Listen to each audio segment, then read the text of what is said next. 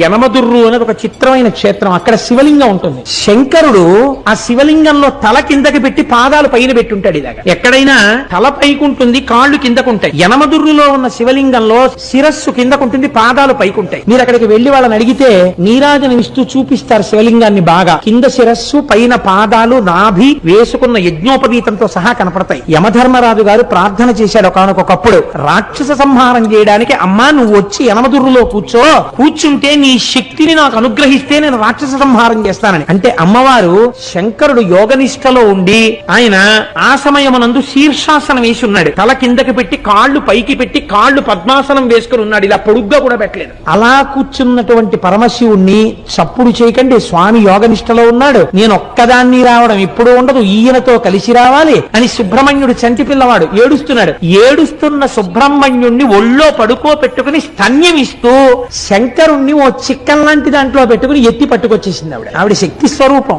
ఎత్తి పట్టుకొచ్చి దేవాలయంలో పెట్టి కూర్చుంది. తానే ఒక పుష్కరిణి సృష్టించింది. అక్కడ ఆ ఎదురుగుండా ఉన్న కోనేటిలో ఉన్న నీటితోనే అన్నం వండుతారు స్వామికి మహానైవేద్యానికి. ఆ నీళ్లతో వండకుండా మీరు ఎంత గొప్ప అగ్నిహోత్రం మీద ఎంత గొప్ప మినరల్ వాటర్ తీసుకొచ్చి వండినా సరే రాత్రి వరకు వండినా బియ్యం ఉడకవట్లేదు. ఇప్పటికీ కూడా ఎదురుగుండా ఉన్న కోనేటిలో నీటితోనే అన్నం వండుతారు. ఇప్పటికీ మీరు కవచం తీసి చూపించమంటే చూపిస్తారు. చూపిస్తే సుబ్రహ్మణ్యుణ్ణి పడుకోబెట్టుకుని పాలిస్తూ ఉంటుంది.